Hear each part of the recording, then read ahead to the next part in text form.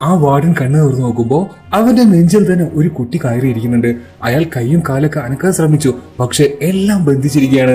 ഇപ്പൊ ആ ചെറിയ കുട്ടിയുണ്ടല്ലോ ഒന്ന് ചിരിച്ചുകൊണ്ട് തന്നെ അവന്റെ കയ്യിലുള്ള കത്തി ഉപയോഗിച്ചിട്ട് ആ വാർഡന്റെ കഴുത്തങ്ങ് അറുത്ത് മുറിച്ച് കളയുകയാണ്. ഇതെല്ലാം അവനെ കൊണ്ടും അവിടെ ഉണ്ടായിരുന്ന കുട്ടികളെ കൊണ്ടും ചെയ്യിക്കുന്നത് അവരുടെ കൂട്ടത്തിൽ തന്നെ ഉണ്ടായിരുന്ന മറ്റൊരു പയ്യനാണ്, മുഖം പകുതി പൊള്ളിയ ഒരു പയ്യൻ. പിന്നീട് ഈ കുട്ടികളെല്ലാം അവിടെ ഉണ്ടായിരുന്ന ബാക്കിയുള്ള ജീവനക്കാരെ ഒരു മരത്തിൽ കെട്ടിയിട്ട് പച്ചക്ക് തീ കൊളുത്തുകയാണ്. പാതി മുഖം പൊള്ളിയ ആ കുട്ടിയുടെ നിർദ്ദേശപ്രകാരം നിങ്ങൾ വിചാരിക്കുന്നുണ്ടോ നമ്മുടെ കഥയുടെ നായകനാണ് ആ കുട്ടിയെന്ന്? എന്നാൽ നിങ്ങൾക്ക് തെറ്റിക്കേട്ടോ, നമ്മുടെ കഥയിലെ ഒരു ക്രൂരനായ വില്ലൻ തന്നെയാണ് അവൻ, ഹൈദർ. ഇനി നമുക്ക് കഥയുടെ നായകനെ കുറിച്ച് മനസ്സിലാക്കാം. അവന്റെ ചെറുപ്പത്തിൽ തന്നെ അച്ഛനെ കൂട്ടുകാർ ചതിച്ചു കൊന്നു, അമ്മയെ അവന് നഷ്ടമായി. മഴ പെയ്യുന്ന സമയത്ത് അവൻ എപ്പോഴും പേടിയായിരുന്നു, കാരണം അപ്പോഴുണ്ടാകുന്ന ഇടിമിന്നൽ അവന്റെ ശരീരത്തിലേക്ക് പെട്ടെന്ന് വരുന്നു. പക്ഷെ ആ പയ്യൻ അറിഞ്ഞിരുന്നില്ല അവൻ ഭയക്കുന്ന ആ ഇടിമിന്നലാണ് അവൻ ആ ശക്തി നൽകുന്നതെന്ന്. അതെ, അവനൊരു സൂപ്പർ ഹീറോയാണ്, പക്ഷെ അവൻ അറിയുന്നില്ല അവന്റെ കഴിവുകളെ. കഥയുടെ ഒരു ഭാഗത്ത് വെച്ച് നമ്മുടെ കഥാനായകനും അതുപോലെ തന്നെ ഹൈദറും നേർക്ക് നേരെ ഏറ്റുമുട്ടുകയാണ്. എന്നാൽ നമുക്ക് പോകാം ആ കഥയിലേക്ക്. കഥയുടെ തുടക്കത്തിൽ തന്നെ ഒരു ഫാക്ടറിയിലേക്ക് കുറച്ച് തൊഴിലാളികൾ പോയിക്കൊണ്ടിരിക്കുകയാണ്. അവരുടെ നേതാവായിട്ടുള്ള ഒരുത്തനുമുണ്ട് അവരുടെ മുന്നിൽ തന്നെ. എപ്പോഴും പോലെ തന്നെ ശമ്പളം കുറവാണ്, സമയത്തിന്റെ ഡ്യൂട്ടി കൂടുതലാണ്. അതുകൊണ്ട് തന്നെ ഈ തൊഴിലാളികൾ നേരെ പോവുകയാണ് ആ ഫാക്ടറിയിലേക്ക് അവരുടെ ശമ്പളവും ഡ്യൂട്ടി ടൈമെല്ലാം കുറക്കാൻ വേണ്ടി പറയാൻ വേണ്ടിയിട്ട്. പക്ഷെ ഫാക്ടറിയുടെ മുന്നിൽ തന്നെ കുറെ പട്ടാളക്കാരെ, അതായത് കൂലിപ്പടയാളികളെ നിർത്തിയിട്ടുണ്ട് ആ ഫാക്ടറിയിലെ ഓണേഴ്സ്. എന്നിരുന്നാലും അവർ ധൈര്യത്തോടു കൂടി തന്നെ മുന്നോട്ടേക്ക് പോവാണ്. ഇതേ സമയം തന്നെ ആ തൊഴിലാളി നേതാവിന്റെ മകനുണ്ടല്ലോ സാഞ്ചാക്ക, അവനിപ്പോ ആ ഒരു സമരമെല്ലാം ഒരു ബിൽഡിങ്ങിന്റെ മുകളിലേക്ക് കയറിയിട്ട് അതിങ്ങനെ താഴേക്ക് നോക്കി കാണുന്നുണ്ട്. ഇപ്പൊ സമാധാനത്തോട് തന്നെ ആ തൊഴിലാളി നേതാവ് പറയുന്നുണ്ട്, നിങ്ങൾ ആരും പ്രശ്നമുണ്ടാക്കില്ല, നമുക്ക് സമാധാനത്തോടു കൂടി തന്നെ ഇവരടുത്ത് സംസാരിക്കാം. പക്ഷെ മനഃപൂർവ്വം തന്നെ ഇവരുടെ കൂട്ടത്തിൽ നിന്നും ആരോ ഒരാൾ ഒരു കല്ലെടുത്തിട്ട് ആ കൂലിപ്പടയാളികൾക്ക് നേരെ കല്ലെറിയുകയാണ്. പിന്നത്തെ കാര്യം പറയണ്ടല്ലോ, അവിടെ പൂരം അടി തന്നെ നടക്കുകയാണ്, പ്രക്ഷോഭം തുടങ്ങുകയാണ്. പക്ഷെ ആ തൊഴിലാളി നേതാവിന് അത് കൺട്രോൾ ചെയ്യാൻ കഴിഞ്ഞില്ല. അവൻ എല്ലാവരും പറയുന്നുണ്ട്, നിർത്ത് അടി കൂടല്ലേ, നമ്മൾ സമാധാനമായിട്ട് ചർച്ച ചെയ്യാൻ വേണ്ടിയിട്ടാണ് വന്നത്. പക്ഷെ ആരും അത് കേട്ടില്ല. മാത്രമല്ല ഈ തൊഴിലാളി നേതാവിനെയും ആരോ അറ്റാക്ക് ചെയ്യാൻ ശ്രമിക്കുന്നുണ്ട്. ഈ തൊഴിലാളി നേതാവിനെ തൽക്കാലം നമുക്ക് ഹാദി എന്ന് വിളിക്കാം. ഹാദി പരമാവധി തന്നെ ആ ഒരു കലാപത്തെ തടുക്കാൻ ശ്രമിക്കുന്നുണ്ട്. പക്ഷെ അതിങ്ങനെ കൂടിക്കൂടി വയലന്റായി വരികയാണ്. ഈ സമയത്താണ് അവിടെ ഉണ്ടായിരുന്ന മൈക്കുകളിലൂടെ മുഴങ്ങുന്നത്, നിങ്ങൾ തൽക്കാലം ഒന്ന് അടങ്ങിയിരിക്കൂ, ഒരു ചർച്ചയ്ക്ക് ഞങ്ങൾ തയ്യാറാണ്. അങ്ങനെ ആ ഒരു കലഹം അവിടെ നിൽക്കുകയാണ്. ഇപ്പോ ആ മൈക്കിലൂടെ അവർ വിളിച്ചു പറയുന്നുണ്ട്, പക്ഷേ ഹാദി ഉള്ളിലേക്ക് വരാൻ പാടില്ല, അവന്റെ 2 കൂട്ടുകാർ മാത്രം മതിയെന്ന്. ഈ സമയത്ത് എല്ലാവരും പ്രശ്നം ഉണ്ടാക്കുകയാണ്. അതെന്താ ഹാദി പോയാല്? ഈ സമയത്ത് ഹാദി പറഞ്ഞു, നിങ്ങൾ ധൈര്യമായിട്ട് പോയിക്കോ, നിങ്ങൾ അവരൊന്നും ചെയ്യില്ല. അങ്ങനെ കാര്യങ്ങളൊക്കെ ചർച്ച ചെയ്യാൻ വേണ്ടിയിട്ട് അവർ രണ്ടുപേരും ഉള്ളിലേക്ക് പോവുകയാണ്. പിന്നീട് ഹാദി ബാക്കിയുള്ള എല്ലാവരും വീട്ടിലേക്ക് തന്നെ തിരിച്ചു പോകാൻ വേണ്ടി പറയുകയാണ്. ഈ കാര്യങ്ങളൊക്കെ ഹാദിയുടെ മകനായിട്ടുള്ള സാഞ്ചാക്ക കാണുന്നുണ്ട്. അങ്ങനെ അന്നേ ദിവസം രാത്രി ആയിട്ടുണ്ട്. സാഞ്ചാക്ക തന്റെ അച്ഛനായിട്ടുള്ള ഹാദി എടുത്ത് ചോദിക്കുകയാണ്, അച്ഛൻ എന്തിനാണ് വെറുതെ ഇങ്ങനെ പ്രശ്നം ഉണ്ടാക്കുന്നത്? അച്ഛന്റെ കൂട്ടുകാരന്റെ മകനൊക്കെ എന്റെ അടുത്ത് പറഞ്ഞത് അവർക്ക് ഇപ്പോഴുള്ള ശമ്പളം മതിയെന്നാണ്. പക്ഷെ ഹാദി പറയുകയാണ്, മോനെ അവർക്ക് ഭയമുള്ളത് കൊണ്ടാണ് അവരിങ്ങനെ പറയുന്നത്, നമ്മൾ അതുപോലെ ആകണമെന്നാണോ മോനെ നീ പറയുന്നത്? മാത്രമല്ല നമ്മൾ സ്വാർത്ഥരാകാതെ മറ്റുള്ളവർക്ക് വേണ്ടി എന്തെങ്കിലുമൊക്കെ ചെയ്യാൻ വേണ്ടിയിട്ട് എപ്പോഴും തീരുമാനിക്കണം. ഇപ്പൊ മോൻ കിടന്നുറങ്ങിക്കോ എന്നിട്ട് അവർ അവിടുന്ന് പോവാണ്. ഈ സമയത്ത് സഞ്ചാക്കയുടെ അമ്മ പറയുന്നുണ്ട്, മോനെ മഴ പെയ്യുന്നുണ്ട്, ആ ഒരു ജനൽ അടക്കാൻ മറക്കല്ലേന്ന്. പക്ഷേ സഞ്ചാക്കയ്ക്ക് ഭയങ്കര പേടിയായിരുന്നു. മഴ പെയ്യുന്ന സമയത്ത് ഇടിമിന്നൽ ഉണ്ടാവുമല്ലോ, ആ ഒരു ഇടിമിന്നലിനെ കാണുന്നത് തന്നെ അവനക്ക് പേടിയായിരുന്നു. അതിനൊരു കാരണവുമുണ്ട് കേട്ടോ. അങ്ങനെ ഭയത്തോടു കൂടി തന്നെ സഞ്ചാക്ക പോയിട്ട് ആ ഒരു ജനൽ അടക്കുകയാണ്. പെട്ടെന്ന് തന്നെ ഒരു ഇടിമിന്നൽ വരുന്നുണ്ട്. അവൻ ഓടിച്ചെന്ന് ഒരു കസാരയുടെ പിന്നിൽ പോയി ഒളിക്കുകയാണ്. പിറ്റേ ദിവസം രാവിലെ സഞ്ചാക്ക പോയി നോക്കുമ്പോൾ അവന്റെ അമ്മയെടുത്ത് യാത്ര പറഞ്ഞു പോകുന്ന അവന്റെ അച്ഛൻ ഹാദിയാണ് കാണുന്നത്.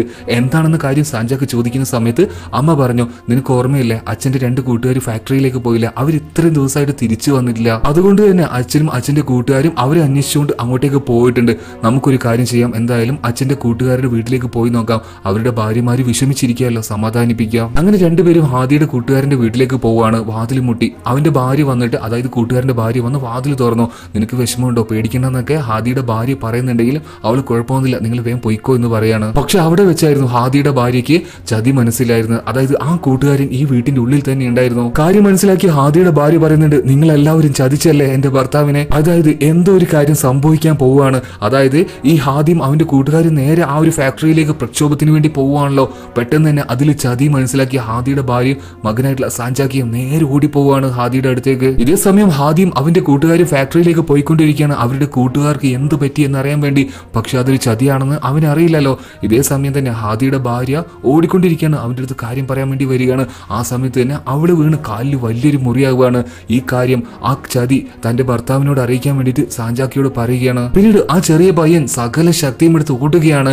അപ്പോഴേക്കും മഴ ഏകദേശം പെയ്യാനായിട്ടുണ്ട്. ഇതേ സമയത്ത് തന്നെ ഹാദിയും അവന്റെ കൂട്ടുകാരും ഫാക്ടറിയുടെ മുന്നിലേക്ക് എത്തിയിട്ടുണ്ട്. അവിടെ ഗാർഡിയൻസ് ഉണ്ട്. ഹാദി ഇപ്പൊ അവിടെ എത്താനായിട്ടുണ്ട്. പക്ഷെ അപ്പോഴേക്കും മഴ പെയ്യുന്നുണ്ട്. അവന് പിടിമിന്നലൊക്കെ കണ്ടിട്ട് പേടിയാവാണ്. അവൻ അവിടെ ഉണ്ടായിരുന്ന ഒരു ഷെഡിന്റെ സൈഡിൽ കയറിയിട്ട് ഒളിച്ചിരുന്നു.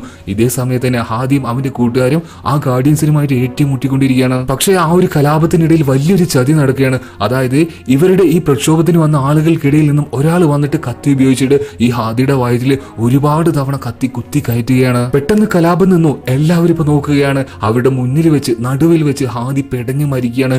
ഇപ്പൊ ഹാദിയുടെ മകനായിട്ടുള്ള സാഞ്ചാക്ക ഓടി വരികയാണ്. തേങ്ങി തേങ്ങി നിലവിളിച്ച് കരയുന്നുണ്ട്. അവന്റെ സങ്കടം പിന്നീട് അവന്റെ ദേഷ്യമായി മാറി.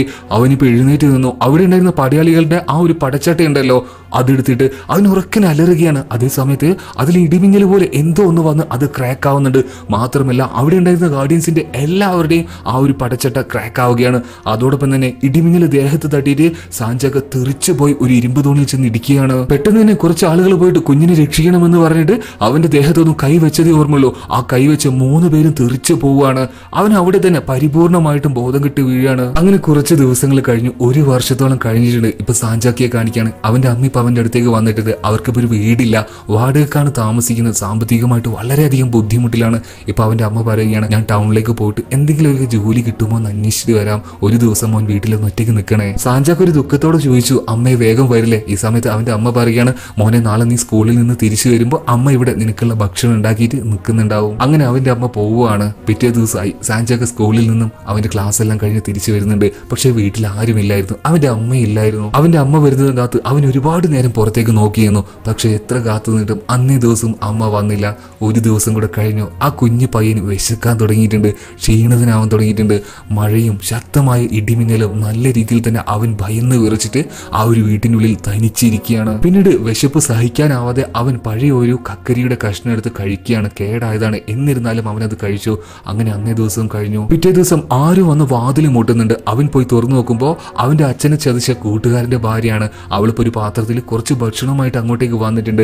പക്ഷെ കുറച്ചു നേരം സാഞ്ചാക്ക അവളെ തന്നെ നോക്കിയിരുന്നു. എന്നിട്ട് എന്ത് ചെയ്തെന്നോ, അവന്റെ ആ കുഞ്ഞി കാലുകൾ ഉപയോഗിച്ച് ആ പാത്രത്തിൽ നിന്ന് തട്ടി തെറിപ്പിക്കുകയാണ്. സകല ശക്തിയും എടുത്ത് പിന്നെ ആ ഡോറ് അവളുടെ മുഖത്തേക്ക് തന്നെ അങ്ങ് അടച്ചു. കാരണം എല്ലാ കാര്യങ്ങളും നേരിട്ട് മനസ്സിലാക്കിയവരാണ് ഈ കുഞ്ഞു പയ്യൻ സാഞ്ചാക്ക. അങ്ങനെ അന്നേ ദിവസം രാത്രി അവന് വിശപ്പ് സഹിക്കാൻ കഴിയുന്നില്ല. അവൻ വാതിൽ തുറന്ന് പുറത്തേക്ക് വന്നു. അവൻ തട്ടി തെറിപ്പിച്ച ആ ഭക്ഷണം തന്നെ മണ്ണ് പറ്റി ആ ഭക്ഷണം എടുത്ത് കഴിക്കുകയാണ്. കുറച്ച് ദിവസങ്ങളോടെ കഴിഞ്ഞു പോയി. ഇനി ഇങ്ങനെ നിന്നിട്ട് കാര്യമില്ല എന്ന് അറിഞ്ഞത് കൊണ്ട് തന്നെ ആ കുഞ്ഞു പയ്യൻ തെരുവുകളിലേക്ക് ജോലി ചെയ്യാൻ വേണ്ടിയിട്ട് ഇറങ്ങുകയാണ്. അങ്ങനെ ഒരു ദിവസം സാഞ്ചാക്ക ഓടിക്കൊണ്ടിരിക്കുകയാണ്. കാരണം അവന്റെ പിന്നാലെ ഒരുപാട് തെരുവിലെ കുട്ടികൾ വരുന്നുണ്ട് അവനെ അടിക്കാൻ വേണ്ടിയിട്ട് തന്നെ. പക്ഷെ ഒരു സ്ഥലത്ത് വെച്ച് സാഞ്ചാക്കയ്ക്ക് മുന്നോട്ടേക്ക് പോകാൻ കഴിയുന്നില്ല. അവിടെ വെച്ച് എല്ലാവരും കൂടി സാഞ്ചാക്കയെ വളരെ ക്രൂരമായിട്ട് തന്നെ അടിച്ചു വീഴ്ത്തുകയാണ്. അവന്റെ ഒരു ചെവി അവർ മുറിച്ചു കളയാണ്. അതുകൊണ്ടും അവർ നിർത്തിയില്ല. പിന്നീട് സാഞ്ചാക്കയെ നിലത്ത് കെടുത്തിക്കൊണ്ട് തന്നെ വലിയൊരു വടി വെച്ചിട്ട് അവനെ അടിക്കുകയാണ്. ഇതേ സമയത്ത് അങ്ങോട്ടേക്ക് മറ്റൊരു പയ്യൻ വരികയാണ്. അവൻ കാണുന്നത് പോലെ ഇല്ലായിരുന്നു. അസാധ്യമായ ഫൈറ്റ് ചെയ്യാൻ കഴിവുള്ള ഒരു പയ്യൻ തന്നെയായിരുന്നു. എല്ലാവരെയും അടിച്ചു വീഴ്ത്തുകയാണ് ആ പയ്യൻ. പിന്നീട് സാഞ്ചാക്കിയുമായിട്ട് മറ്റെങ്ങോട്ടേക്ക് പോയി. ബോധം വന്ന് നോക്കുമ്പോൾ സാഞ്ചാക്ക കാണുന്നത് തന്റെ അടുത്തിരിക്കുന്ന ആ പയ്യനെയാണ്. ഇപ്പൊ അവൻ ചോദിക്കുകയാണ്, എന്തിനാണ് ആ തെരുവ് പിള്ളേർ നിന്നെ അടിച്ചത്? കാരണം അവർ മറ്റൊരു പെൺകുട്ടിയെ ഉപദ്രവിക്കുന്നത് കണ്ടപ്പോൾ അവരെ ഞാൻ കല്ലെടുത്തെറിഞ്ഞു, അതുകൊണ്ടാണ് അവരെന്നെ ഉപദ്രവിച്ചത്. പിന്നീട് അവർ രണ്ടുപേരും പരിചയപ്പെടുകയാണ്. ആ പയ്യന്റെ പേരാണ് അവാങ്. അവാങ് പറഞ്ഞു, നിനക്ക് ഇങ്ങനെ തെരുവിൽ ഒറ്റയ്ക്ക് കഴിയണമെങ്കിൽ നീ ഫൈറ്റ് പഠിച്ചേ മതിയാകൂ. അങ്ങനെ ഇപ്പൊ അവാങ് സാഞ്ചാക്കയ്ക്ക് അവന് പറ്റുന്ന രീതിയിലെല്ലാം പഠിപ്പിച്ചു കൊടുക്കുകയാണ്. നല്ലൊരു ഫൈറ്ററാക്കി മാറ്റുകയാണ് സാഞ്ചാക്കയെ. അങ്ങനെ ഒരു ദിവസം സാഞ്ചാക്ക അവാങ്ങിനോട് ചോദിക്കുകയാണ്, നീ എവിടെ നിന്നാണ് വരുന്നത്? നിനക്ക് വീടൊന്നുമില്ലേ? ഈ സമയത്ത് അവാങ് പറയുകയാണ്, എനിക്ക് വീടുമില്ല, അച്ഛനും അമ്മയില്ല. പക്ഷെ എന്നെ വലിയൊരു പണക്കാരി വന്ന് ദത്തെടുത്തിരുന്നു. പക്ഷെ അവരെന്നെ വല്ലാതെ അങ്ങ് ഉപദ്രവിച്ചു. എന്നെ കൊണ്ട് എന്തൊക്കെയോ ചെയ്യിക്കാൻ ശ്രമിച്ചു. അതുകൊണ്ട് തന്നെ ഞാൻ അവരിൽ നിന്നും രക്ഷപ്പെട്ട് ഓടുകയായിരുന്നു. ഞാനൊരു കാര്യം സാഞ്ചാക്ക നിനക്ക് പറഞ്ഞുതരാം. പണക്കാരെ എപ്പോഴും ശ്രദ്ധിക്കുക, അവർ ചതി കൊണ്ട് നടക്കുന്നവരാണ്. ഈ സമയത്താണ് പെട്ടെന്നൊരു ഇടിമിന്നൽ വരുന്നത്. ആ സമയത്ത് സാഞ്ചാക്ക പെട്ടെന്ന് തന്നെ അവിടെ ഉണ്ടായിരുന്ന ഒരു ട്രെയിനിലേക്ക് ഓടി കയറി ഒളിക്കുകയാണ്. ഈ സമയത്ത് പെട്ടെന്ന് തന്നെ അവാങ് അങ്ങോട്ട് പോയി ചോദിക്കുകയാണ്, നീ എന്തിനാണ് ഈ മഴയും ഇടിമിന്നലിനെയും കാണുമ്പോൾ ഇത്രത്തോളം ഭയക്കുന്നത്? എന്താണെന്ന് അറിയില്ല, വളരെ ചെറിയ കാലം മുതലേ എനിക്ക് ഇതിനോട് വലിയ പേടിയാണ്. ഇപ്പൊ അവാങ് ഒരു കാര്യം കൂടെ പറയാണ്, ഒരാഴ്ച കഴിഞ്ഞിട്ടുണ്ടെങ്കിൽ ഇതിലൂടെ ഒരു ട്രെയിൻ പോകും. വർഷത്തിൽ ഒരു തവണ മാത്രമേ അത് വരികയുള്ളൂ. എന്തായാലും ഞാൻ ആ ട്രെയിൻ വരുമ്പോൾ അതിൽ കയറിയിട്ട് ഈ ഒരു നാട്ടിൽ നിന്ന് മറ്റൊരു നാട്ടിലേക്ക് പോവുകയാണ്, രക്ഷപ്പെടാൻ പോവുകയാണ്. എനിക്ക് ഇവിടെ മടുത്തു. ഈ സമയത്ത് സാഞ്ചാക്ക് ചോദിക്കുകയാണ്, ഞാനും നിന്റെ കൂടെ വന്നോട്ടെ? അവാങ് പറഞ്ഞു, അങ്ങോട്ടേക്ക് വരാനുള്ള ആ ഒരു വലുപ്പം നിനക്ക് ആയിട്ടില്ല. അങ്ങനെ കുറച്ച് ദിവസം കൂടെ കഴിഞ്ഞു. സാഞ്ചാക്ക് ഇപ്പോൾ ഉറങ്ങുന്ന സമയത്ത് സമയത്ത് ആരോ വീടിന്റെ വാതിൽ വന്ന് മുട്ടുകയാണ്. അവനിപ്പോ പതിയെ വാതിൽ തുറന്നു നോക്കുമ്പോൾ അവന്റെ അമ്മ തന്നെ അതാ വന്ന് നിൽക്കുന്നു. അവൻ ഓടിപ്പോയിട്ട് അമ്മയെ കെട്ടിപ്പിടിച്ചു. അമ്മ എന്നെ എന്തിനാണ് ഒറ്റക്കാക്കി പോയതെന്ന് പറഞ്ഞിട്ട് അവനിങ്ങനെ കരയുന്നുണ്ട്. അവനിങ്ങനെ കണ്ണു നോർത്ത് നോക്കുമ്പോൾ കാണുന്നത് അവന്റെ അമ്മയുടെ ആ ഒരു വസ്ത്രം മാത്രമേ ഉള്ളൂ. കാരണം അത് അവന്റെ തോന്നലായിരുന്നു. പെട്ടെന്നാണ് ഈ സാഞ്ചാക്കിയെ ആരോ തട്ടി ഉണർത്തുന്നത്. നോക്കുമ്പോൾ അവാങ്ങായിരുന്നു. അവാങ് ചോദിച്ചു, എന്റെ കൂടെ നീ വരുന്നുണ്ടോ? ആ ട്രെയിൻ അതാ വരുന്നു. അങ്ങനെ അവർ രണ്ടുപേരും ആ ട്രെയിനിന്റെ അടുത്തേക്ക് ഓടിക്കൊണ്ടിരിക്കുകയാണ്. ട്രെയിൻ അവിടെ നിർത്തുമൊന്നുമില്ല. അതിങ്ങനെ പതിയെ ഒന്ന് സ്ലോ ആക്കും, ലഗേജ് ഇറക്കാൻ വേണ്ടി മാത്രം. ഇവർ രണ്ടുപേരും ആ ട്രെയിനിന്റെ പിന്നാലെ തന്നെ ഓടിയിട്ടുണ്ട്. അവാങ് ഇപ്പൊ എങ്ങനെയൊക്കെയോ ട്രെയിനിൽ വലിഞ്ഞു കയറി. പക്ഷെ സാഞ്ചാക്ക് ചെറിയ പയ്യനല്ലേ. അവാങ് ഒരുപാട് കൈ കൊടുത്തെങ്കിലും അവൻ അതിനോട് ഓടി എത്താൻ കഴിഞ്ഞില്ല. അവന് കയറാൻ കഴിഞ്ഞില്ല. ഈ സമയത്ത് അവാങ് ഉറക്കനെ വിളിച്ച് പറയുന്നുണ്ടായിരുന്നു, ആരെയും വിശ്വസിക്കരുത്, നിന്റെ കാര്യം നോക്കി ജീവിക്കുക, ശ്രദ്ധിക്കുക. അങ്ങനെ ആ ട്രെയിൻ പതിയെ പതിയെ ദൂരേക്ക് മറിഞ്ഞു പോവുകയാണ്. വളരെയധികം ദുഃഖത്തോടു കൂടി തന്നെ സാഞ്ചാക്ക് പിന്നെ ആ ഒരു റെയിൽവേ ട്രാക്കിലൂടെ തിരിച്ചു പോവുകയാണ്. എന്തിനീ നേരിടാനുള്ള ഒരു ചെറിയൊരു മനഃശക്തി ഇപ്പോൾ സാഞ്ചാക്കിക്ക് വന്നിട്ടുണ്ട്. അങ്ങനെ ഇപ്പോൾ തെരുവിൽ ജോലി ചെയ്തുകൊണ്ടിരിക്കുകയാണ്. ഇപ്പോൾ ഒരു പയ്യൻ വന്നിട്ട് അവൻ ഒരു കാരണമില്ലാതെ തല്ലുകയാണ്. പക്ഷെ സാഞ്ചാക്ക അവനിപ്പോൾ അത്യാവശ്യം എന്താ പറയുക ഫൈറ്റെല്ലാം പഠിച്ചിട്ടുണ്ട്. അവ അങ്ങ് പഠിപ്പിച്ചു കൊടുത്തിട്ടുണ്ടല്ലോ. അവനൊരു ഏറ്റ ചവിട്ടാണ് ആ പയ്യനെ അവിടെ തന്നെ ബോധം കിട്ടു വീണു. പിന്നീട് സാഞ്ചാക്ക അവൻ്റെതായ ജോലികൾ ചെയ്തിട്ട് മുന്നോട്ടേക്ക് പോവുകയാണ്. ഈ സമയത്താണ് ഒരു കൂട്ടം, അതായത് ഒരു 10-25ഓളം തെരുവിലെ പിള്ളേർ അവന്റെ നേരെ ഓടി വരികയാണ്. പെട്ടെന്ന് തന്നെ അവന്റെ തോലുണ്ടായിരുന്ന ആ ഒരു ചുമട് താഴിട്ടുകൊണ്ട് സാഞ്ചാക്ക ജീവനും കൊണ്ട് ഓടി. കാരണം അത്ര പേരെ ഒന്നും ഒറ്റയ്ക്ക് നേരിടാൻ കഴിയില്ല, തീർന്നത് തന്നെ. അവനിപ്പോൾ വളരെയധികം വേഗത്തിൽ ഓടിക്കൊണ്ടിരിക്കുകയാണ്. ഇതേ സമയത്ത് അവന്റെ മുന്നിലേക്ക് തെരുവിലൂടെ പോകുന്ന ഒരു വലിയ കാർ വന്ന് നിർത്തിയാണ്. അത്യാവശ്യം പണക്കാരായിട്ടുള്ള ആൾക്കാരെന്ന് തോന്നുന്നു. അവരിപ്പോൾ വേഗം പറയുന്നുണ്ട്, മോനെ വേഗം ഈ ഒരു കാറിലേക്ക് കയറിക്കോ, അല്ലെങ്കിൽ അവർ നിന്നെ ഉപദ്രവിക്കും. സാഞ്ചാക്ക പിന്നീട് ഒന്നും ആലോചിച്ചില്ല, ആ കാറിന്റെ ഉള്ളിലേക്ക് കയറുകയാണ്. പെട്ടെന്ന് തന്നെ ആ ദമ്പതികൾ ആ കാർ എടുത്ത് അവിടുന്ന് പോയി. വണ്ടിയിലേക്ക് കയറി സാഞ്ചാക്കയോട് അവരിങ്ങനെ ചോദിക്കുന്നുണ്ട്, മോനെ നിനക്ക് എന്താണ് പറ്റിയത്? നിന്റെ അച്ഛൻ എവിടെയാണ്? അമ്മ എവിടെയാണ്? വീട് എവിടെയാണ്? ഈ സമയത്ത് സാഞ്ചാക്ക പറയുകയാണ്, എനിക്ക് അതൊന്നുമില്ല, ഞാൻ ഒറ്റക്കാണ്, അനാഥനാണ്. ഇപ്പൊ ആ ഭാര്യയും ഭർത്താവും ചോദിക്കുന്നുണ്ട്, മോനെ നീ ഞങ്ങളുടെ കൂടെ പോയിരുന്നോ? ഞങ്ങളുടെ കൂടെ വന്നിട്ടുണ്ടെങ്കിൽ നിനക്ക് ഒരുപാട് സമ്മാനങ്ങൾ കിട്ടും. അതുപോലെ തന്നെ നിനക്ക് വലുതായിട്ടുണ്ടെങ്കിൽ ഡോക്ടറോ എഞ്ചിനീയറോ എന്ത് വേണമെങ്കിലും ആക്കാം. ഈ സമയത്താണ് അവരൊരു ട്രാഫിക് ജാമിൽ ചെന്ന് കാർ നിർത്തുകയാണ്. ഈ സമയത്ത് സഞ്ചാക്കിയൊക്കെ തോന്നുന്നുണ്ട് ഇവരുടെ കൂടെ പോകണോ അല്ലെങ്കിൽ ഇറങ്ങി ഓടണോ. കുറച്ചു നേരത്തിന് ശേഷം അവൻ തീരുമാനം ഉറപ്പിച്ചു. പെട്ടെന്ന് തന്നെ കാറിന്റെ ഡോറ് തുറന്നിട്ട് അവൻ ഓടുകയാണ്. ഓടി രക്ഷപ്പെടുകയാണ് അവിടുന്ന്. പെട്ടെന്ന് തന്നെ ആ ഭാര്യയും ഭർത്താവും കാറ് തുറന്നെങ്കിലും അപ്പോഴേക്കും സാഞ്ചാക്ക് ഓടി രക്ഷപ്പെട്ടിരുന്നു. അവൻ ഓടാൻ തുടങ്ങി. അങ്ങനെ ഒരുപാട് വർഷം അവൻ ഓടി. അവനിപ്പോ ഒരു യുവാവായിട്ടുണ്ട് സാഞ്ചാക്ക. തെരുവിൽ വളർന്ന ഒരു പയ്യൻ, അതുപോലെ തന്നെ അച്ഛനും അമ്മയില്ല. അതുകൊണ്ട് അവന് വിദ്യാഭ്യാസം ലഭിക്കാത്തത് കൊണ്ട് തന്നെ അത്ര നല്ല ജോലിയൊന്നും കിട്ടിയില്ല. തൽക്കാലം ഇപ്പൊ അവനൊരു സെക്യൂരിറ്റി ഗാർഡായിട്ട് ഒരു പത്രത്തിന്റെ പ്രിന്റിംഗ് ഓഫീസിലാണ് അവന്റെ ജോലി. പക്ഷെ ഒരു സെക്യൂരിറ്റി ഗാർഡ് ആണെങ്കിലും അത്യാവശ്യം നല്ല ടാലന്റഡ് തന്നെയായിരുന്നു ഈ സാഞ്ചാക്ക. ഇലക്ട്രോണിക് ഉപകരണങ്ങളൊക്കെ നന്നാക്കാനുള്ള ഒരു കഴിവുണ്ടായിരുന്നു. അതുകൊണ്ട് തന്നെ അവിടെ ഉണ്ടായിരുന്ന ടെക്നീഷ്യന്മാരെക്കാട്ടും കഴിവ് അവിടെ ഉണ്ടായിരുന്ന മെഷീനറീസ് നന്നാക്കാനും സാഞ്ചാക്കിക്ക് ഉണ്ടായിരുന്നു. ഈ ഒരു കാര്യം അവന്റെ കൂടെ എപ്പോഴും ഉണ്ടാകാനുള്ള ഒരു സെക്യൂരിറ്റി ഗാർഡിനായിട്ടുള്ള ഫെരിയും പറയുന്നുണ്ട്, നീ ഒരു സെക്യൂരിറ്റി ഗാർഡ് അല്ല, നീ ഒരു എഞ്ചിനീയർ തന്നെ ആവേണ്ടവനാണ്. അങ്ങനെ ഇപ്പൊ അന്നത്തെ ഡ്യൂട്ടി, അതായത് നൈറ്റ് ഡ്യൂട്ടിയാണ് സാഞ്ചാക്കിക്ക്. അത് കഴിഞ്ഞ് വീട്ടിലേക്ക് തിരിച്ചു പോവുകയാണ്. പകൽ സമയത്ത് തന്നെ അവരുടെ ആ ഒരു രാജ്യത്തിൽ അല്ലെങ്കിൽ ആ ഒരു നഗരത്തിൽ വല്ലാത്തൊരു അരക്ഷിതാവസ്ഥയാണ്. ജനങ്ങൾക്കൊന്നും ഒരു പ്രൊട്ടക്ഷനും ഇല്ല. ആര് എപ്പോൾ വേണമെങ്കിലും കൊള്ളയടിക്കപ്പെടാം. തെരുവിലൂടെ നടന്നിട്ടുണ്ടെങ്കിൽ ആര് വേണമെങ്കിലും വന്ന് കയ്യിലുള്ളതൊക്കെ പിടിച്ചു പറിച്ച് മേടിച്ചു കൊണ്ടുപോകും. സാധാരണക്കാരായിട്ടുള്ള എല്ലാ ജനങ്ങളും ഇപ്പോൾ വളരെയധികം ഭയത്തിലാണ്. ഇപ്പൊ സാഞ്ചാക്ക തെരുവുകളിലൂടെ അവന്റെ ഫ്ലാറ്റിലേക്ക് ഇങ്ങനെ നടന്നു പോവാണ്.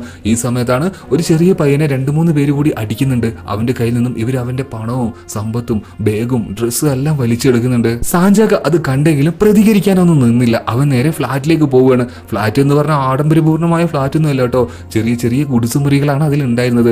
സാഞ്ചാക്ക് വീട്ടിലെത്തി. അതേ സമയത്ത് തന്നെ മഴയും തുടങ്ങിയിട്ടുണ്ട്. അപ്പം തന്നെ ഇടിമിന്നലും വരുന്നുണ്ട്.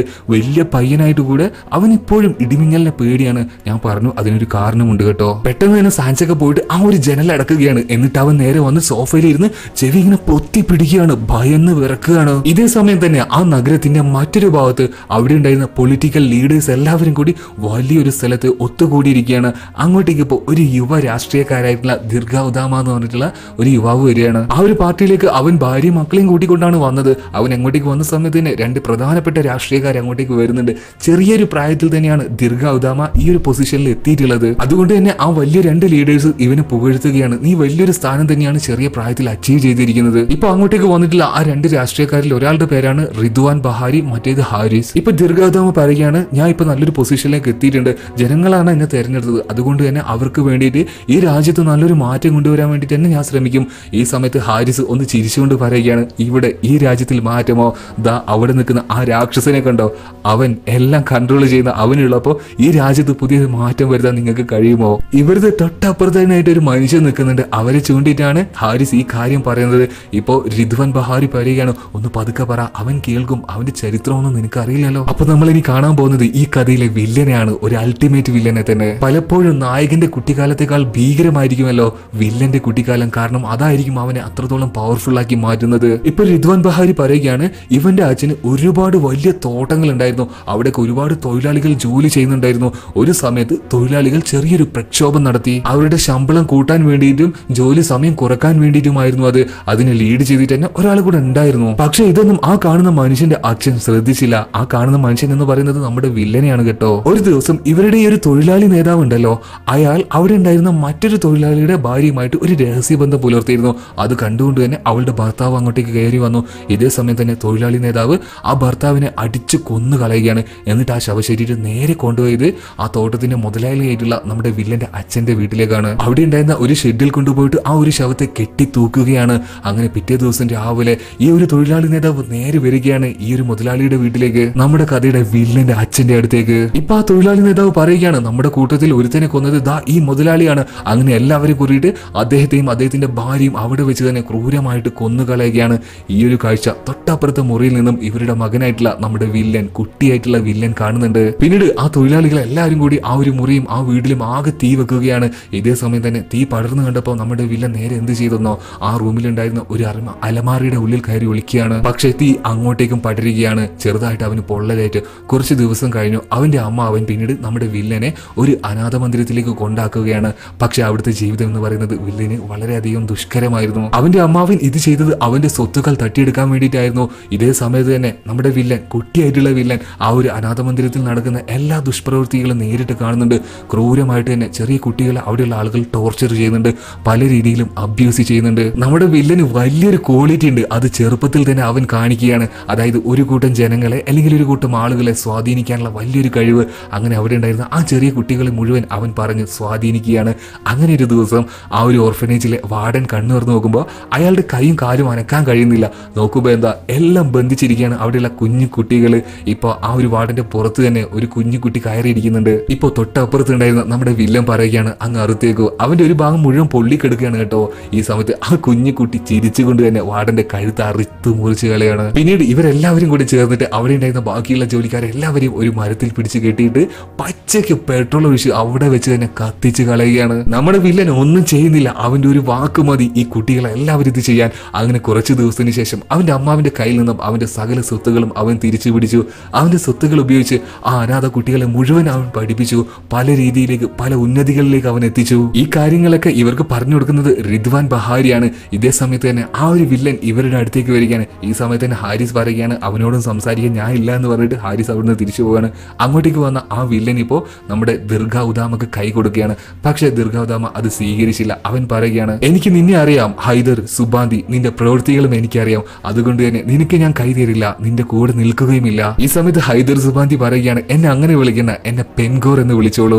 പക്ഷേ നമുക്കും ഹൈദർ സുബാന്തി എന്ന് തന്നെ വിളിക്കാൻ കേട്ടോ. പിന്നീട് ഹൈദർ സുബാന്തി അവിടുന്ന് തിരിച്ചു പോവുകയാണ് അപമാനിതനായിട്ട് തന്നെ. ഇതേ സമയത്ത് റിദ്വാൻ ബഹാരി ദീർഘാവതാമ എടുത്ത് പറയുന്നുണ്ട്, നീ എന്താണ് ഈ ചെയ്തത്? അവനെ കുറിച്ച് നിനക്ക് അറിയില്ലേ? അവൻ എന്ത് വേണമെങ്കിലും ചെയ്യാൻ മടിക്കില്ല, നീ എന്തിനാണ് ആവശ്യമില്ലാത്ത കാര്യങ്ങൾ ചെയ്യാൻ പോയത്? ഇപ്പൊ ദീർഘാവതാമയുടെ മനസ്സിലേക്കും ചെറിയൊരു ഭയം വന്നിട്ടുണ്ട്. അങ്ങനെ പാർട്ടിയെല്ലാം കഴിഞ്ഞു. ദീർഘാവതാമ വീട്ടിലേക്ക് തിരിച്ചു പോവുകയാണ്. അവരുടെ ഫ്ലാറ്റിലേക്ക് ഇങ്ങനെ കയറുന്ന സമയത്ത് ദീർഘാവതാമയ്ക്ക് എന്തൊക്കെയോ ഒരു തോന്നല്, തന്റെ പിന്നിൽ ആരോ ഉണ്ട്, തങ്ങളെ പിന്തുടർന്ന് ആരോ വരുന്നുണ്ട്. റൂമിലേക്ക് കയറാൻ നിൽക്കുമ്പോൾ ഉദാമ പറയുകയാണ്, അതായത് അവന്റെ ഭാര്യയോട് പറയുകയാണ്, മക്കളെയും കൂട്ടിയിട്ട് വേഗം വീട്ടിന്റെ ഉള്ളിൽ കയറി വാതിൽ കുറ്റിയിട്ടോളൂ. ഇപ്പൊ ദീർഘാവതാമ നോക്കുമ്പോൾ ചുറ്റും ആരോ ഉള്ളതായിട്ട് അവന് മനസ്സിലാകുന്നുണ്ട്. പക്ഷെ വ്യക്തമല്ല ആരാണെന്നും അവന്റെ ആ ഒരു പ്രസൻസും വ്യക്തമാകുന്നില്ല. പക്ഷെ ആരോ പിന്തുടരുന്നുണ്ട്. അങ്ങനെ ഓരോ സ്ഥലത്തും ദീർഘാവതാമ ഇങ്ങനെ നോക്കിക്കൊണ്ടിരിക്കുകയാണ്. പെട്ടെന്ന് അവൻ തിരിയുന്ന സമയത്ത് അവന്റെ തൊട്ട് ബേക്കിലായിട്ടതാ ഒരു എന്താ പറയാ, ഒരു മൊട്ടയായിട്ടുള്ള ഒരു മനുഷ്യൻ, കയ്യിലൊരു തീകോളുണ്ട്. അവനെ കണ്ട സമയത്ത് തന്നെ ആ മൊട്ട പറയുകയാണ്, മയങ്ങി വീണോളൂ. നിമിഷ നേരങ്ങൾ കൊണ്ട് തന്നെ ദീർഘാവതാമ മയങ്ങി വീഴുകയാണ്. കണ്ണു തുറന്നു നോക്കുമ്പോൾ ഒരു പഴയ ബിൽഡിങ്ങിന്റെ ഉള്ളിലായിട്ട് കെട്ടിയിട്ടിരിക്കുകയാണ് അവനൊരു കസാരയിൽ. മാത്രമല്ല അവന്റെ ഭാര്യയുടെയും കുഞ്ഞിനെയും കരച്ചിൽ കേൾക്കുന്നുണ്ട്. നോക്കുമ്പോൾ എന്താ, ഇവനിരിക്കുന്ന ആ കസാര ഉണ്ടല്ലോ, അതിൽ നിന്നൊരു കയർ മേലോട്ട് പോയിട്ടുണ്ട്. അതിന്റെ അഗ്രഭാഗത്തായിട്ട് അവന്റെ ഭാര്യയുടെയും കുട്ടിയും കെട്ടിവെച്ചിരിക്കുകയാണ്. അവന് നനങ്ങിയിട്ടുണ്ടെങ്കിൽ എത്രയോ നില താഴേക്ക് പോയിട്ട് അവന്റെ കുഞ്ഞുങ്ങളും ഭാര്യയും മരിക്കും. ഇപ്പൊ അവന്റെ അടുത്തേക്ക് ഹൈദർ സുബാന്തി വരികയാണ്. അവൻ വളരെയധികം ദേഷ്യത്തിലാണ്. എന്നെ പോലെയുള്ള സാധാരണ ജനങ്ങളെ നിനക്ക് റെസ്പെക്ട് ചെയ്യാൻ അറിയില്ല അല്ലേ? ഞങ്ങളെ പോലെയുള്ളവരാണ് നിന്നെ ഈ സ്ഥാനത്തിലേക്ക് എത്തിച്ചത്, അത് ഞാൻ നിന്നെ പഠിപ്പിക്കുക തന്നെ ചെയ്യും. ഇപ്പൊ ഹൈദർ സുബാദിയുടെ ടീമിലുണ്ടായിരുന്ന ആ മൊട്ടയായിട്ടുള്ള ആളുണ്ടല്ലോ, ആ കയറിൽ ഒരു വിളക്ക് കൊണ്ടേ വെക്കുകയാണ്. അതിലൊരു തീനാളം കൊടുക്കുകയാണ്. ആ സമയത്ത് തന്നെ കയറ് കത്താൻ തുടങ്ങിയിട്ടുണ്ട്. കയറ് പൊട്ടിയിട്ടുണ്ടെങ്കിൽ അവന്റെ ഭാര്യ ഭാര്യയും കുഞ്ഞും നേരെ താഴോട്ട് വീഴും. ദീർഘാദാമ ഇപ്പൊ കരഞ്ഞുകൊണ്ട് തന്നെ അവന്റെ അടുത്ത് കേണ് പറയുന്നുണ്ട്, എന്റെ ഭാര്യയും കുഞ്ഞുങ്ങളൊന്ന് വെറുതെ വിടൂ. പക്ഷെ അവനത് കേൾക്കാൻ നിന്നില്ല. അതേ സമയത്ത് തന്നെ കയർ മുഴുവനായിട്ട് കത്തി അവന്റെ ഭാര്യയും കുഞ്ഞും താഴേക്ക് വീണ് പോവാണ്. പക്ഷെ ഇത് നോക്കി നിൽക്കാൻ വേണ്ടിയിട്ട് ദീർഘാദാമക്ക് കഴിഞ്ഞില്ല. അവനിപ്പോ പെട്ടെന്ന് തന്നെ ആ കസാരയിൽ നിന്നും എണീച്ചിട്ട് ആ ഒരു തകർന്ന പഴയ ബിൽഡിങ്ങിന്റെ ഉള്ളിലൂടെ ഓടിക്കൊണ്ടിരിക്കുകയാണ്. പക്ഷെ ഇപ്പോഴാണ് ട്വിസ്റ്റ്. അവൻ നിന്നിരുന്നതും അവനിപ്പോ ഓടിക്കൊണ്ടിരിക്കുന്നതും ഒരു പഴയ ബിൽഡിംഗ് ഒന്നും അല്ലായിരുന്നു. അവൻ നിന്നിരുന്ന അതേ ഫ്ലാറ്റ് തന്നെയായിരുന്നു. അവനിങ്ങനെ ഓടിക്കൊണ്ടിരിക്കുന്നത് അവിടെയുള്ള സെക്യൂരിറ്റി ഗാർഡൊക്കെ നോക്കുന്നുണ്ട്, ഇവനിത് എങ്ങോട്ടാ നിലവിളിച്ചുകൊണ്ട് ഓടുന്നത്. ആ ഒരു സെക്യൂരിറ്റി ഗാർഡ് നോക്കി നിൽക്കെ ദീർഘാദാമ ഓടി ചെന്നിട്ട് ആ ഒരു ഫ്ലാറ്റിന്റെ മുകളിൽ നിന്ന് താഴേക്ക് എടുത്ത് ചാടുകയാണ്. ഇവിടെ എന്താണ് സംഭവിച്ചത് എന്ന് നിങ്ങൾക്ക് മനസ്സിലായോ? അതായത് ഹൈദർ സുബാദിയുടെ കൂടെയുള്ള ഒരാളാണ് ആ മൊട്ട. അവന്റെ കഴിവ് എന്തെന്ന് വെച്ചിട്ടുണ്ടെങ്കിൽ ഹൈലി ടാലന്റഡ് ആണ് ഹിപ്നോട്ടൈസ് ചെയ്യാൻ വേണ്ടിയിട്ട്. അതായത് ദീർഘാദാമ കണ്ട ആ കാഴ്ചകളൊക്കെ വെറും മായയായിരുന്നു. അവനെ കൊണ്ട് തന്നെ അവനെ ആത്മഹത്യ ചെയ്യിപ്പിച്ചു. പിന്നെ ആ മൊട്ട അവന്റെ ഗോഡ് ഫാദർ ആയിട്ടുള്ള ഹൈദർ സുബാദിയുടെ അടുത്തേക്ക് വരികയാണ്, പറയുകയാണ്, നിങ്ങൾ പറഞ്ഞ എല്ലാ സന്ദേശവും മരിക്കുന്നതിന് മുന്നേ തന്നെ ദീർഘാദാമയിലേക്ക് ഞാൻ എത്തിച്ചിട്ടുണ്ട്. അതായത് അങ്ങോട്ടേക്ക് ഹൈദർ സുബാദി പോയിട്ടേ ഇല്ല, എന്നിരുന്നാലും അവന്റെ മനസ്സിലേക്ക് ഹൈദർ സുബാദി എത്തിച്ചു. അതാണ് ഇവന്റെ പവർ. ഇതേ സമയം നമ്മുടെ നായകനായിട്ടുള്ള സാഞ്ചാക്ക അവൻ വളരെ പേടിപ്പെടുന്ന സ്വപ്നങ്ങൾ കണ്ടുകൊണ്ടിരിക്കുകയാണ്. ഉറക്കത്തിലാണ് അവനിപ്പോ. മരിച്ചു കിടക്കുന്ന അവന്റെ അച്ഛനെയും അമ്മയാണ് ഇപ്പൊ അവൻ സ്വപ്നത്തിൽ കാണുന്നത്. പെട്ടെന്ന് അവൻ ഞെട്ടി ഉണരുകയാണ്. കാരണം അപ്പുറത്തെ റൂമിൽ നിന്നും എന്തോ ഒരു ശബ്ദങ്ങൾ കേൾക്കുന്നുണ്ട്. നോക്കുമ്പോ എന്താ അപ്പുറത്തെ റൂമിൽ ഉണ്ടായിരുന്ന ഒരു പെൺകുട്ടിയെ എപ്പോഴും ഒരു 2 ആൾക്കാർ വന്ന് ശല്യം ചെയ്യുന്നുണ്ട്. പക്ഷെ അവനതൊന്നും ശ്രദ്ധിക്കാൻ നിന്നില്ല. അവന്റെ ഓരോ കാര്യങ്ങളെല്ലാം ചെയ്തിട്ട് നേരെ നൈറ്റ് ഡ്യൂട്ടിക്ക് വേണ്ടിയിട്ട് നേരെ ആ ഒരു പ്രിന്റിംഗ് ഓഫീസിലേക്ക് പോവാണ്. അവൻ പോകുന്ന സമയത്തെല്ലാം ആ ഒരു തെരുവിന്റെ നഗരത്തിന്റെ അവസ്ഥ എന്ന് പറയുന്നത് വളരെയധികം ശോചനീയമായിരുന്നു. കാരണം ഒരു ജനങ്ങൾക്കും ഒരു മനുഷ്യനും ഒരു സേഫ്റ്റിയും ഇല്ല. തെരുവിലൂടെ എന്തെങ്കിലും ഒരു സാധനം മേടിക്കാൻ പോയാൽ അയാൾ ആക്രമിക്കപ്പെടുന്നു. രാജ്യം ഇപ്പോൾ വല്ലാത്തൊരു അരക്ഷിതാവസ്ഥയിൽ തന്നെയാണ്. അങ്ങനെ ഇതൊന്നും മൈൻഡ് ചെയ്യാതെ തന്നെ നമ്മുടെ സാഞ്ചാക്ക് ഇങ്ങനെ പോവുകയാണ്. അന്നത്തെ ഡ്യൂട്ടിയും കഴിഞ്ഞു അവൻ വീട്ടിലേക്ക് തിരിച്ചെത്തി കുളിച്ചുകൊണ്ടിരിക്കുകയാണ് ഇപ്പൊ സാഞ്ചാക്ക. ഇതേ സമയത്ത് തന്നെ തൊട്ടപ്പുറത്ത് മുറിയിൽ നിന്നും ആ ഒരു പെൺകുട്ടിയുടെ കരച്ചിൽ കുറച്ച് ഓവറായിട്ട് കേൾക്കുന്നുണ്ട്. അവർ വല്ലാതെ തന്നെ അങ്ങോട്ടേക്ക് വന്ന് ചെറുപ്പക്കാർ ഉപദ്രവിക്കുന്നുണ്ട്. വല്ലാതെ ഓവറായപ്പോൾ സാഞ്ചാക്കയ്ക്ക് അത് നോക്കി നിൽക്കാൻ കഴിഞ്ഞില്ല. അവൻ പെട്ടെന്ന് തന്നെ ഡ്രസ്സ് മാറിയിട്ട് ആ ഒരു റൂമിലേക്ക് പോവുകയാണ്. ആ പെൺകുട്ടിയോടും അവളുടെ അനിയൻ ഉണ്ടായിരുന്നു, അവർക്ക് 2 പേർക്കും അവരുണ്ടായിരുന്ന ഒരു റൂമിൽ കയറി ഇരിക്കാൻ പറയുക. എന്നിട്ട് 2 പേരെയും സാഞ്ചാക്ക അവിടെ വെച്ച് തന്നെ അടിച്ച് തരിപ്പണമാക്കി കളയാണ്. അടികൊണ്ട് വീണ ആ 2 പേരും ഇപ്പൊ അവിടെ നിന്ന് പകയോടുകൂടി തന്നെ അവിടെ എണീച്ച് പോവുകയാണ്. ഇപ്പൊ ആ ഒരു പെൺകുട്ടി നന്ദി പറയുന്നതിന് മുന്നേ ആയിട്ട് തന്നെ സാഞ്ചാക്ക അവിടുന്ന് പോവുകയാണ്. ഈ പെൺകുട്ടിയാണ് ഈ കഥയിലെ ഹീറോയിൻ. അവളുടെ പേരാണ് അനീറ്റ. അവൾക്കൊരു അനിയനുമുണ്ട്, അവന്റെ പേര് ടെഡി എന്നാണ്. അങ്ങനെ കുറച്ച് സമയം കഴിഞ്ഞു. ഇപ്പൊ സാഞ്ചാക്കയ്ക്ക് ഡ്യൂട്ടിക്ക് പോകാൻ സമയമായിട്ടുണ്ട്. യൂണിഫോം ഒക്കെ ധരിച്ചിട്ട് നേരെ പോവാണ് പ്രിന്റിംഗ് പ്രസ്സിലേക്ക്. രാത്രിയാവുന്ന സമയത്ത് അവിടെ ആരും കയറാതിരിക്കലാണ്, അത് നോക്കലാണ് ഈ സാഞ്ചാക്കയുടെ ജോലി. പെട്ടെന്നാണ് അത് സംഭവിച്ചത്. ഒരു 2-3 പേര് വന്നിട്ട് സാഞ്ചാക്കയെ അറ്റാക്ക് ചെയ്യാണ്. തലങ്ങും വിലങ്ങും വടി വെച്ച് അടിക്കുകയാണ്. നോക്കുമ്പോ എന്താ നേരത്തെ ആ ഒരു പെൺകുട്ടി അറ്റാക്ക് ചെയ്യാൻ വന്ന ആ ആളുകളില്ലേ, അവരിൽ ഒരു 2 പേരും കൂടെ എക്സ്ട്രാ വന്നിട്ടുണ്ട്. പക്ഷെ സാഞ്ചാക്ക അവർ എളുപ്പത്തിൽ തന്നെ അവന്റെ കയ്യിലുണ്ടായിരുന്ന ടോർച്ച് കൊണ്ട് അടിച്ചു വീഴ്ത്തുകയാണ്. പക്ഷെ പ്രശ്നം അതല്ലായിരുന്നു. പിന്നെയും ഒരു 10-15ഓളം ആൾക്കാർ അങ്ങോട്ടേക്ക് വന്നിട്ടുണ്ട്. പക്ഷെ സാഞ്ചാക്കയ്ക്ക് അവരുടെ മുന്നിൽ പിടിച്ചു നിൽക്കാൻ കഴിഞ്ഞില്ല. പരമാവധി അവൻ പ്രതിരോധിക്കാൻ ശ്രമിച്ചു. എന്നിരുന്നാലും ആ 10-15 പേരും കൂടി ആ ഒരു ബിൽഡിങ്ങിന് മുകളിലേക്ക് സാഞ്ചാക്കയെ ഓടിച്ചു കയറ്റുകയാണ്. എന്നിട്ട് എല്ലാവരും ചുറ്റും കൂടി നിന്നിട്ട് അവരുടെ വലിയ വടികൾ കൊണ്ട് സാഞ്ചാക്കയെ അടിച്ചു വീഴ്ത്തുകയാണ്. ഏകദേശം മരിക്കാനായിട്ടുള്ള അവസ്ഥയിലേക്ക് സാഞ്ചാക്ക എത്തിയിട്ടുണ്ട്. ഇപ്പോൾ പിന്നീട് അവരിൽ ഒരാൾ പറയുകയാണ്, ഇനി മതി, നിർത്തിയേക്ക്, ഇനി ഇവനെ കൊണ്ട് ഒന്നിനും പറ്റില്ല. അങ്ങനെ അവർ തിരിച്ചു പോകുമ്പോൾ ഒരു 3 പയ്യന്മാർ എന്ത് ചെയ്തെന്നോ, ഇവനെ ആ ഒരു വലിയ ബിൽഡിങ്ങിൽ നിന്നും നേരെ താഴേക്ക് വലിച്ചെറിയുകയാണ്. താഴേക്ക് വീണ സാഞ്ചാക്ക തലയിലും നെഞ്ചിലും ബാക്കിയുള്ള ശരീരാവയങ്ങളിലെല്ലാം വലിയ പരിക്കുകളായിട്ട് രക്തം ഒലിപ്പിച്ച് അവിടെ ഇങ്ങനെ കിടക്കുകയാണ്. അങ്ങനെ അന്നേ ദിവസം രാത്രിയായിട്ടുണ്ട്. ശക്തമായ മഴ പെയ്യാൻ തുടങ്ങിയിട്ടുണ്ട്. അതുപോലെ തന്നെ ഇടിമിന്നലും. മഴവെള്ളത്തിലായിട്ട് വീണെടുക്കുന്ന സാഞ്ചാക്കയുടെ ദേഹത്ത് വളരെ പവർഫുൾ ആയിട്ടൊരു ഇടിമിന്നൽ വന്ന് ഏൽക്കുകയാണ്. പെട്ടെന്ന് തന്നെ എന്തോ ഒരു എനർജി ലഭിച്ചതുപോലെ സാഞ്ചാക്ക ചാടി എഴുന്നേറ്റു. അതുപോലെ തന്നെ വളരെ അസഹനീയമായ ഒരു വേദനയും അവന്റെ ശരീരത്തിൽ ഉണ്ടായിരുന്നു. പക്ഷേ അവന്റെ ശരീരത്തിൽ ഉണ്ടായിരുന്ന എല്ലാ മുറിവുകളും അതോടെ ഉണങ്ങുകയാണ്. പിന്നീട് അവൻ പെട്ടെന്ന് തന്നെ വീട്ടിൽ പോയി ഉറങ്ങുകയാണ്. പിറ്റേ ദിവസം ആരോ വന്നിട്ട് വാതിൽ തട്ടുന്നുണ്ട്. നോക്കുമ്പോൾ ആരാ, അനീറ്റയാണ്. അനീറ്റ പെട്ടെന്ന് തന്നെ അവളുടെ അനിയനെ ആ ഒരു മുറിയിലേക്ക് കയറ്റിയിട്ട് അവിടെ നിന്ന് പോവുകയാണ്. എന്റെ അനിയനെ നോക്കിക്കോണേ എന്ന് പറഞ്ഞിട്ട് കൂടുതലൊന്നും പറഞ്ഞില്ല. ഇതേ സമയം മറ്റൊരു ഭാഗത്ത് ഇപ്പോൾ പൊളിറ്റിക്കൽ ലീഡേഴ്സ് എല്ലാം ഒത്തുകൂടിയിട്ടുണ്ട്. കാരണം അവരിൽ തന്നെ പ്രധാനിയായിട്ടുള്ള യുവാവായിട്ടുള്ള ദീർഘാദാമ ആത്മഹത്യ ചെയ്തിരിക്കുന്നു. പക്ഷെ അതൊരു സാധാരണ മരണമല്ലെന്ന് ഇവർക്ക് എല്ലാവർക്കും ഉറപ്പാണ്. ഇവരിലായിട്ടുള്ള ഹാരിസ് പറയുന്നുണ്ട്, പെട്ടെന്ന് തന്നെ ഹൈദർ സുബാദിയെ അറസ്റ്റ് ചെയ്യണം, എന്തെങ്കിലുമൊക്കെ ഒന്ന് ചെയ്യണം. ഈ സമയത്ത് റിദ്വാൻ ബഹാരി പറയുകയാണ്, നിങ്ങൾ എന്താണ് ഈ പറയുന്നത്? അതിനെന്തെങ്കിലുമൊക്കെ തെളിവുണ്ടോ? അവനെതിരെ പ്രവർത്തിക്കാൻ ആർക്കെങ്കിലും ധൈര്യമുണ്ടോ? ഈ സമയത്ത് തന്നെ ഈ ഹൈദർ സുബാദിയുടെ ഒരു പ്രധാനപ്പെട്ട അവന്റെ എല്ലാ കാര്യങ്ങളും രഹസ്യങ്ങളും എല്ലാം അവൻ എത്തിച്ചു കൊടുക്കുന്ന ഹോനായി അങ്ങോട്ടേക്ക് എത്തുന്നത്. ഹോനായി ഇപ്പൊ ചോദിക്കുകയാണ്, നിങ്ങൾ എന്തൊക്കെയായി പറയുന്നത്? ഹൈദർ സുബാദിയെ അറസ്റ്റ് ചെയ്യാൻ വേണ്ടിട്ടോ? നിങ്ങൾ എന്ന തെളിവുകൊണ്ടോ അവൻ അറസ്റ്റ് ചെയ്യാനുള്ളത്?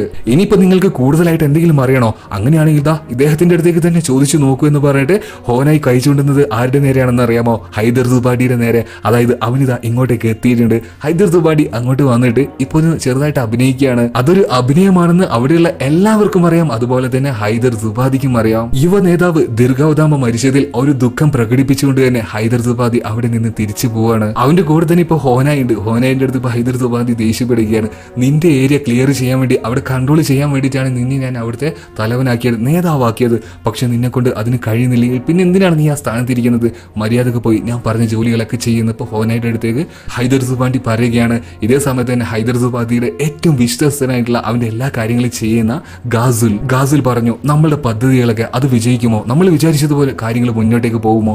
ഈ സമയത്ത് തന്നെ ഹൈദർ പറയുകയാണ്, തീർച്ചയായിട്ടും നമ്മുടെ പദ്ധതികൾ അത് അതുപോലെ തന്നെ നടന്നിരിക്കും. ഇവർക്ക് ഇനി മറ്റൊരു വഴിയുമില്ല. ഇവരാകെ തകർന്നു കിടക്കുകയാണ്. അതായത് ഈ ഹൈദറിന് എന്തോ വലിയ പദ്ധതികൾ തന്നെയുണ്ട്. പിറ്റേ ദിവസം മുതൽ അത് പതിയെ പതിയെ നടപ്പിലാക്കാൻ തുടങ്ങിയിട്ടുണ്ട്. ഇപ്പോൾ ഓരോ ഈ റൈസ് എല്ലാം വിൽക്കുന്ന മില്ലുകൾ ഉണ്ടല്ലോ, അവിടെ മനഃപൂർവ്വം തന്നെ ഒരു ആക്സിഡന്റുകൾ ഉണ്ടാക്കിയിട്ട് ഈ ഹൈദർ സുബാദിയുടെ ആളുകൾ അതിന്റെ ഉള്ളിലേക്ക് കടന്നിട്ട് ആ അരിയുടെ ഉള്ളിലേക്ക് പച്ച നിറത്തിലുള്ള എന്തോ ഒരു വിഷം കുത്തിവെക്കുന്നുണ്ട്. ഒരു സ്ഥാപനത്തിൽ മാത്രമല്ല, ഇതുപോലെ റൈസ് സപ്ലൈ ചെയ്യുന്ന ഒരുപാട് സ്ഥാപനത്തിലേക്ക് പോയി അവിടെയുള്ള ചാക്കിലെ അരികളിലേക്ക് ഈ ഒരു വിഷം കലർത്തുകയാണ്. ഇതേ സമയം സാഞ്ചാക്കയുടെ വീട്ടിൽ, അവന്റെ വീട്ടിൽ ഇപ്പോൾ അനീറ്റയുടെ അനിയനായിട്ടുള്ള ടെഡി ഉണ്ട്. ഇപ്പോ സാഞ്ചാക്കയ്ക്ക് പുറത്തേക്ക് പോകണം. പക്ഷെ അവൻ ഒറ്റക്കാക്കി പോകാൻ കഴിയില്ലല്ലോ. അതുകൊണ്ട് തന്നെ അവനെയും കൂട്ടിയിട്ട് നേരെ മാർക്കറ്റിലേക്ക് പോവാണ്. മാർക്കറ്റിലേക്ക് പോയി നോക്കുമ്പോഴാണ് അനീറ്റ അവിടെ കാണുന്നത്. അവളൊരു സാധാരണ പെൺകുട്ടിയൊന്നും അല്ലായിരുന്നു. ആ ഒരു മാർക്കറ്റിലേക്ക് വരുന്ന സാധാരണക്കാരെ ഉപദ്രവിക്കാൻ വരുന്ന കലാപകാരികളായിട്ടുള്ള ആൾക്കാർക്കെതിരെ വലിയൊരു എന്താ പറയാ മറ്റൊരു പ്രക്ഷോഭത്തിന് തന്നെ അവള് തുടക്കം കുറിക്കുകയായിരുന്നു. അവിടെയുള്ള ജനങ്ങൾക്കെല്ലാം ഊർജ്ജം കൊടുക്കുകയാണ് അവള്. ഇടയ്ക്കിടയ്ക്ക് ചില ആളുകൾ യുവാക്കൾ ഇങ്ങോട്ട് വന്നിട്ട് ഇവിടെയുള്ള സാധുക്കളായ കച്ചവടക്കാരെ ഉപദ്രവിച്ച് അവരുടെ സാധനങ്ങളെല്ലാം വെറുതെ അങ്ങ് എടുത്തുകൊണ്ടുപോകും. ഇപ്പൊ സാഞ്ചാക്കയും അങ്ങോട്ടേക്ക് വന്ന് ടെഡിയും അനീറ്റ കാണുകയാണ്. അവൾ പെട്ടെന്ന് തന്നെ അവരുടെ അടുത്തേക്ക് പോയി. ഇതേ സമയത്ത് തന്നെയാണ് ഈ യുവാക്കൾ ഈ മാർക്കറ്റിലേക്ക് എപ്പോഴും വന്ന് പ്രശ്നം ഉണ്ടാക്കുന്ന ആ യുവാക്കൾ അങ്ങോട്ടേക്ക് വരുന്നത്. അവരവിടെ എത്തിയപ്പോൾ കാണുന്നത് സാഞ്ചാക്കയാണ്. ആ യുവാക്കൾ മറ്റാരുമല്ലായിരുന്നു, സാഞ്ചാക്കയെ അടിച്ച് കൊല്ലാനാക്കിയിട്ട് അവിടെ ഇട്ട ആൾക്കാരായിരുന്നു. അവർ വിചാരിക്കാണ് ഇവൻ ഇതുവരെയായിട്ടും ചത്തില്ലേ. അവര് പിന്നീട് സാഞ്ചാക്കയെ അറ്റാക്ക് ചെയ്യാൻ സമയത്ത് സാഞ്ചാക്ക പെട്ടെന്ന് തന്നെ ആ ഒരു മാർക്കറ്റിന് പുറത്തേക്ക് പോവുകയാണ്. കാരണം ഇവിടെ വെച്ച് അടിയുണ്ടായിട്ടുണ്ടെങ്കിൽ ഒരുപാട് നാശനഷ്ടങ്ങൾ ഉണ്ടാവും. അങ്ങനെ ആ തെരുവിന്റെ പുറത്തേക്ക് എത്തിയ സാഞ്ചാക്ക ആ 10-30ഓളം വരുന്ന ആൾക്കാരെയൊക്കെ വളരെ നിഷ്പ്രയാസം അടിച്ചു വീഴ്ത്തുകയാണ്. ചില സമയത്ത് അവന്റെ കൈകളിൽ നിന്നും ഇടിമിന്നൽ പോലെയുള്ള എന്തോ ഒരു വസ്തു ഇങ്ങനെ പുറത്തേക്ക് വരുന്നുണ്ട്. അത് തട്ടിയവരൊക്കെ തെറിച്ചു പോകുന്നുമുണ്ട്. ഇതെല്ലാം കണ്ടിട്ട് എല്ലാവരും അമ്പരന്ന് നിൽക്കുകയാണ്. അനീറ്റയും അതുപോലെ തന്നെ അനീറ്റയുടെ കൂടെയുള്ള ബാക്കിയുള്ള എല്ലാവരും. അങ്ങനെ അന്നേ ദിവസം രാത്രി ആയിട്ടുണ്ട്. സാഞ്ചാക്കയും അവന്റെ കൂടെയുള്ള ആ വൃദ്ധനായ മനുഷ്യനുണ്ടല്ലോ ഫെറി, അവർ രണ്ടുപേരും ഇപ്പൊ നൈറ്റ് ഡ്യൂട്ടിയിലാണ് ആ പ്രിന്റിംഗ് പ്രസ്സിൽ. ഇപ്പൊ അങ്ങോട്ടേക്ക് അനീറ്റയും ആ മാർക്കറ്റിലെ കുറച്ച് ആളുകൾ വന്നിട്ട് തങ്ങളെ സഹായിക്കണം, ഈ ഒരു കലാപകാരികളിൽ നിന്നൊക്കെ രക്ഷിക്കണം എന്നിപ്പോ സാഞ്ചാക്കയോട് പറയുകയാണ്. പക്ഷെ സാഞ്ചാക്ക പറയുകയാണ്, എന്തോ ഒരു ഭാഗ്യത്തിന് എനിക്ക് അവരെ ഒന്ന് അടിച്ചിടാൻ കഴിഞ്ഞു, പക്ഷേ എപ്പോഴും എനിക്കതിന് കഴിയണമെന്നില്ല എന്ന് പറഞ്ഞിട്ട് അവരെ അവിടെ നിന്നും തിരിച്ചയക്കുകയാണ് സാഞ്ചാക്ക. അങ്ങനെ രാത്രി ആയിട്ടുണ്ട്. ഇപ്പൊ സാഞ്ചാക്ക നോക്കുമ്പോൾ അവരുടെ ഒരു പ്രിന്റിംഗ് പ്രസിന്റെ ആ ഒരു വലിയ വാതിലുണ്ടല്ലോ, അതിൽ ആരോ ശക്തിയായിട്ട് തത്തുന്നുണ്ട്. അത് തുറന്നു നോക്കുമ്പോൾ അനീറ്റയുടെ അനിയനായിട്ടുള്ള ടെഡിയാണ്. അവൻ നന്നായിട്ട് ഭയന്നിട്ടുണ്ട്. അവന് പുറക്കിനെ പറയുകയാണ്, മാർക്കറ്റിൽ ആരോ തീ വെച്ചിട്ടുണ്ട്. പെട്ടെന്ന് തന്നെ സാഞ്ചാക്ക അവനെയും കൂട്ടിയിട്ട് മാർക്കറ്റിലേക്ക് പോയി നോക്കുമ്പോൾ ആ മാർക്കറ്റ് മുഴുവനായിട്ട് നിന്ന് കത്തുകയാണ്. പക്ഷെ സാഞ്ചാക്ക് അത് നോക്കി നിൽക്കാൻ മാത്രമേ കഴിഞ്ഞിട്ടുള്ളൂ. അങ്ങനെ മുഴുവനായിട്ട് കത്തി അമരുകയാണ് ആ മാർക്കറ്റ്. സാധുക്കളായ ജനങ്ങളും സ്ത്രീകളൊക്കെ അവിടെ നിന്നിട്ട് കരഞ്ഞു വിളിക്കുകയാണ്. കാരണം അവരുടെ എല്ലാ സമ്പത്തും നഷ്ടപ്പെട്ടു കഴിഞ്ഞല്ലോ. ഇപ്പൊ വളരെയധികം ദുഃഖിതനായിട്ടുള്ള സാഞ്ചാക്ക് ഇപ്പൊ ചെന്നിട്ട് അനീറ്റെടുത്ത് ചോദിക്കുകയാണ്, ഞാൻ നിങ്ങൾ ഏത് രീതിയിലാണ് സഹായിക്കേണ്ടത്? നിങ്ങൾ കരുതുന്ന പോലെ എപ്പോഴും എനിക്ക് ആ ഒരു പവറൊന്നും ഇല്ല. അങ്ങനെ ഇപ്പൊ രാത്രിയായ സമയത്ത് ഇവരെല്ലാവരും ആ ഒരു പ്രിന്റിംഗ് പ്രസ്സിലേക്ക് ഒത്തുകൂടുകയാണ്. എന്തുകൊണ്ടാണ് തനിക്ക് ഇടയ്ക്കിടയ്ക്ക് മാത്രം അങ്ങനെ ഒരു ശക്തി കിട്ടുന്നതെന്ന് സാഞ്ചാക്കയ്ക്ക് മനസ്സിലാകുന്നില്ല. ഈ സമയത്താണ് പുറത്ത് ചെറിയ രീതിയിൽ മഴ പെയ്യാൻ തുടങ്ങുന്നത്. പതിയെ പതിയെ അതിന്റെ ശക്തി കൂടി വരുന്നുണ്ട്. ഇടിമിന്നലെല്ലാം ഉണ്ട്. ഇപ്പൊ സാഞ്ചാക്ക അവന്റെ സകല ധൈര്യം സംഭരിച്ചുകൊണ്ട് തന്നെ ആ ഒരു മഴയത്തേക്ക് ഇറങ്ങുകയാണ്. അവന്റെ ദേഹത്തേക്ക് ഇപ്പൊ ആ ഒരു ഇടിമിന്നൽ വന്ന് പതിക്കുന്നുണ്ട്. അവൻ വേദന സഹിക്കാതെ അതിൽ കിടന്ന് ഇങ്ങനെ പെടയുന്നുമുണ്ട്. അതെ, സാഞ്ചാക്ക അവന്റെ ശക്തി എവിടെ നിന്ന് ലഭിക്കുന്നുള്ള ആ ഒരു രഹസ്യം അവൻ മനസ്സിലാക്കുകയാണ്. അവൻ എപ്പോഴും ഭയന്നിരുന്ന ഇടിമിന്നലുണ്ടല്ലോ, അതാണ് അവന് ശക്തി നൽകുന്നത്. പിന്നെ ഈ നഗരത്തിൽ മറ്റൊരു കാര്യം കൂടെ സംഭവിച്ചുകൊണ്ടിരിക്കുന്നുണ്ടായിരുന്നു. അതായത് ഈ ഹൈദർ പടർത്തിയ ആ ഒരു വിഷമുണ്ടല്ലോ, അരികളിൽ പടർത്തിയ വിഷം, അത് കഴിക്കുന്നതിലൂടെ അത് എഫക്ട് ചെയ്യുന്നത് ഗർഭിണിയായ സ്ത്രീകൾ മാത്രമായിരുന്നു. അവരിങ്ങനെ ഛർദ്ദിക്കുന്നുണ്ട്, വല്ലാതെ ക്ഷീണിച്ചു പോകുന്നുണ്ട്. ആകെ വാർത്തയായിട്ടുണ്ട് ആ ഒരു കാര്യങ്ങളൊക്കെ. എന്തായാലും കഥയുടെ ബാക്കി നമുക്ക് വീഡിയോയുടെ 2ാം ഭാഗത്തിലൂടെ മനസ്സിലാക്കാം. അതിൽ ഹൈദരുടെ കൂട്ടാളികൾ, അവന്റെ മക്കൾ വരുന്നുണ്ട്. അത് സാധാരണക്കാരൊന്നും അല്ല കേട്ടോ. അവന്റെ എല്ലാ മക്കളും ചെറുപ്പത്തിൽ ഹൈദറിനെ പോലെ തന്നെ ഒരുപാട് അനുഭവിച്ചതാണ്. അതുകൊണ്ട് തന്നെ അവരുടെ പക അതും വലുത് തന്നെയായിരിക്കും. അപ്പൊ 2ാം ഭാഗം വരുന്ന സമയത്ത് അതിന്റെ നോട്ടിഫിക്കേഷൻ നിങ്ങൾക്ക് വേഗം ലഭിക്കാൻ വേണ്ടി ചാനൽ സബ്സ്ക്രൈബ് ചെയ്യാത്തവരാണെങ്കിൽ സബ്സ്ക്രൈബ് ചെയ്യുക. അതോടൊപ്പം തന്നെ ആ ബെല്ലൈക്കൺ ഒന്ന് എനേബിൾ ചെയ്യുക. എന്നാൽ പിന്നെ എന്നും പറയുന്നത് പോലെ തന്നെ കഥകൾ കേൾക്കാൻ നിങ്ങൾക്ക് ഇഷ്ടമാണോ എങ്കിൽ ആ കഥ പറഞ്ഞു തരാൻ എനിക്കും ഇഷ്ടമാണ്. It's me Mallu.